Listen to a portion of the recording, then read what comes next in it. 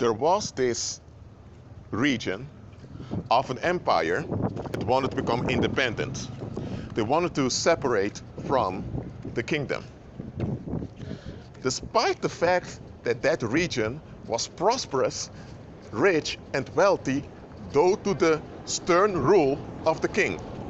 Not stern in the sense that the people had nothing to say, not in the sense he was exploiting the people, but in the sense that he dealt with evildoers sternly. But now there were scammers amongst population that began to accuse the king. And the people, instead of investigating what's going on, they fell for the scam. So people turned against the king. They began to pull down the flag of the empire. They've risen flags of the resistance movement. They began to destroy the statues and paintings of the king and of the forefathers of the king. They even began to attack the royal officials of the king. So, across the ocean, like a month later, reports arrived of the abuses against the king and the king's servants. The governor of the region asked for military assistance against the population because they were getting out of hand. The king, however, looked at it differently. So the minister of war said to the king, "Your Majesty, we need to do something. They violated you, they violated your people, they brought disturbance into your realm, they've brought harm on your subjects, they've attacked you multiple times, Your Majesty. Send me across the ocean with a fleet with 20,000 troops armed, and we'll teach them a lesson." But the king said, "You're not going to do that." Then the question was, "What should we do, sir?" Then the king said, "Send diplomats to them." Everyone in the room, all the ministers of the government were shocked. They asked him, "Your Majesty, with all due respect, are you out of your mind? They've attacked you. They've harmed our fellow politicians over there. These people need to be dealt with." The king said, "I agree, they should be dealt with. But I have a better way to deal with them. Send them diplomats." So that happened. So diplomats arrived. And diplomats had one request from the king. The king's request was, "You want to separate? That's fine. Give me all my investments back." So all the money invested in the banks and infrastructure, give all the investments back. So the Republicans, they emptied the treasury of the banks and handed it to the diplomats. And the second request of the king was, "What future relationship do you want?" Well, the Republicans didn't answer that because they had no intention of being involved with the king nor his kingdom anymore. So they gave back the investments, the ships were loaded, and they departed back across the ocean. Then the minister of war asked the king, "Sir, you've made us into a joke. We should have smacked them around so that they know you're not going to do this. You're not going to cause harm in the kingdom." Then the king said, "Just wait for a moment." Within 1.5 years, there were foreign diplomats from other countries that came to the king, and they told him, "Sir, that region of your empire that's separated, we received reports of human rights abuses over there. The people turned on each other." And the king asked, "What happened?" That they informed them, the people turned on each other. The moment they gave back the investments, they realized they didn't have anything, that they were bankrupt. So what happened? The Republicans didn't want to admit to the people that they've scammed them and that there was no prosperous future apart from your kingdom. So they began to blame each other. When the population saw what was going on, the population rose against them, and the population began to blame each other also, instead of acknowledging that they were the ones that supported that whole independence movement without thinking it through. And the population didn't want to admit that they've committed crimes against you and against your officials. So eventually, after a few months, people picked up their weapons and began to shoot at each other, and they destroyed everything over there. The infrastructure, the buildings, they destroyed everything. And now you have a small cartel that pays mercenaries to police the people. Sir, aren't you going to intervene? And then the king said, but why should I intervene? They don't want anything to do with me, right? It was my kingdom that they've assaulted. So I removed my rule from amongst them so that they can have what they wanted. So they got what they wanted. So why should I intervene? Then the diplomats told the king, because amongst the people there are folks blaming you for not doing enough for them. And then the king smiled, and he actually laughed out loud after smiling, and he told the diplomats which evidence they have to back it up, that I didn't do enough for them.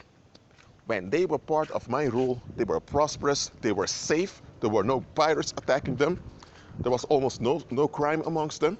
When they were part of my rule, they were prosperous. They were one of the most desired places in the world. Now, they've become a laughingstock to the world that nobody wants to be involved with. Am I correct? And the foreign diplomat said, yes, sir, that's true. If they want to be at peaceful relations with my kingdom, then the first thing that needs to happen is that they need to acknowledge the killings, the physical assaults. They need to acknowledge the crimes they've committed against me and against my people and against each other. That's the first thing. Secondly, they should comply with justice, with looking for solutions. And only after they're complying with justice can there be a restoration of the relationship. As long as they persist in their narcissistic delusions, I'm not going to be involved with them. Neither will my navy have anything to do with them. As a matter of fact, I have not forgotten all the crimes they've committed against my people, even the royalists amongst them that remained faithful to me. That's why there is no trade between my kingdom and that rebellious territory. If there are people there who remain loyal to me, they can receive assistance at a distance, but I will not get involved with those people. They've brought it on themselves. Nobody made them follow scammers, somebody made them enable scammers, somebody made them persist in the negative. And the foreign diplomats agreed with the king. And then the minister of war said to the king, sir, you're right. 2 years ago, when the reports came in of all the crimes they've committed, I thought in a repressive manner, deal with them, smack them around. But now I see, sir, they're smacking each other around and they are destroying each other. They don't even want to admit what's going on. Yet they expect us to build them out. So they abuse us, they attack us, they assault us. And at the same time, they expect us to forget what they do, but to make sure they are at ease. Sir, our kingdom doesn't lose anything with a territory gone. We're further off without them. And the king said, you get what I'm saying here. So, think about this example. That's what the Most High is doing with the reprobate. That's why he hands them over to a reprobate mind. They don't have the right to be reprobates. They don't have the right to hold on to negative thinking. Just because they have a will, they have an ability to will something, doesn't mean they have a right to will whatever they will. They don't. Absolutely not. God never gave anyone that right. Nobody. The only reason the Most High puts up with the race of the reprobates, it's for them to reveal who they are to everyone, and for their own self-destruction to destroy themselves publicly, so that when he returns, they have all the evidence against them that they've delivered themselves. And then nobody's going to protest the Most High legitimately when he removes them to the lake of fire. That's what the Most High is doing.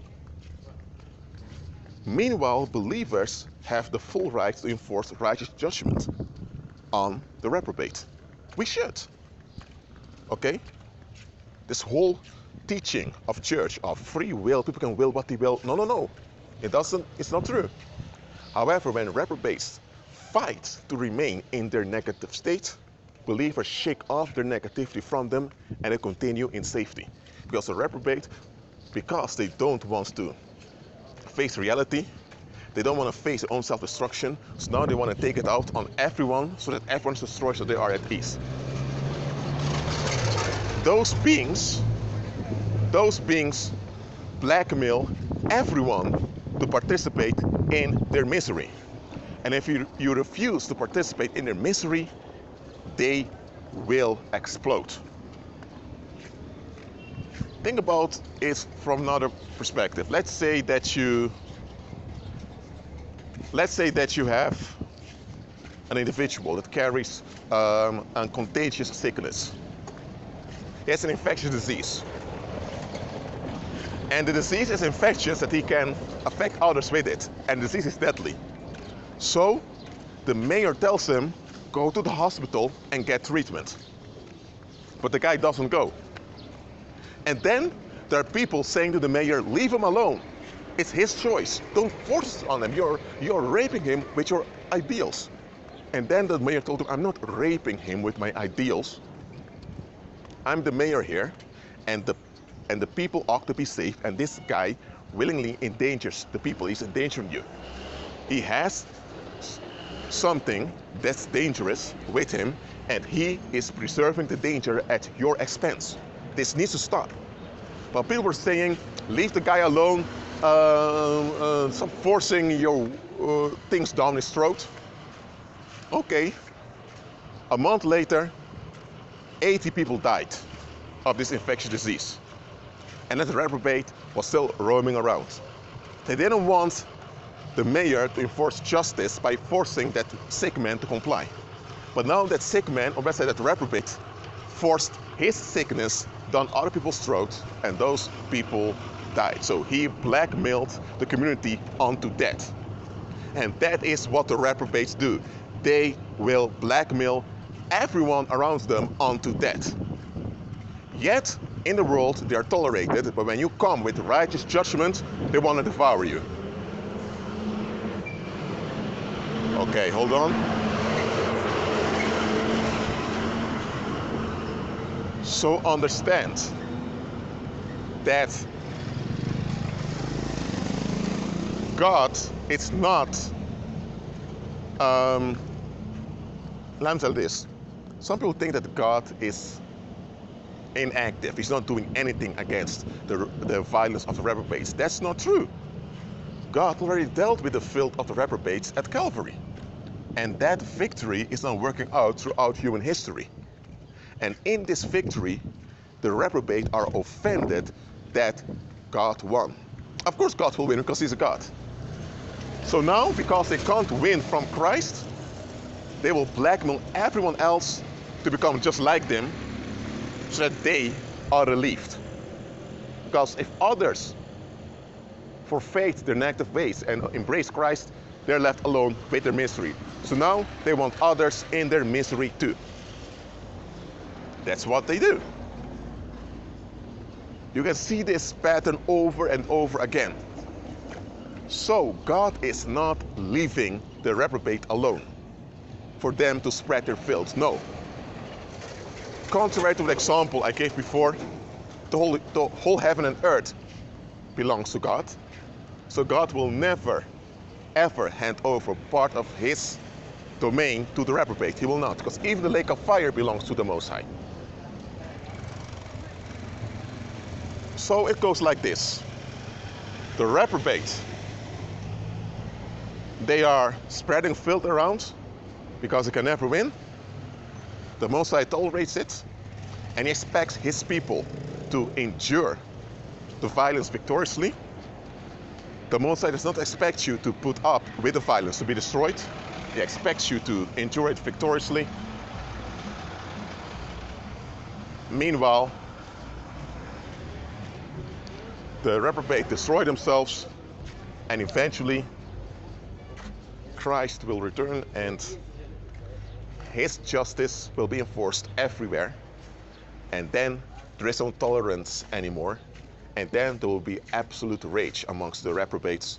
But that rage will take place in the lake of fire, where they will burn each other forever, while the redeemed are living with Christ on the second earth, under the second heaven, forever. So now you understand why God tells you to shake the dust off your feet. It's the Most High that tolerates the reprobate. So anytime you are affected by the rage of a reprobate, knock with God. Knock at his door. He will open for you and he will compensate you and he will make it up to you. So eventually you're putting up with God because the reprobates are dealt with already. That's it for now. Keep agreeing with Christ and be at peace. There was this region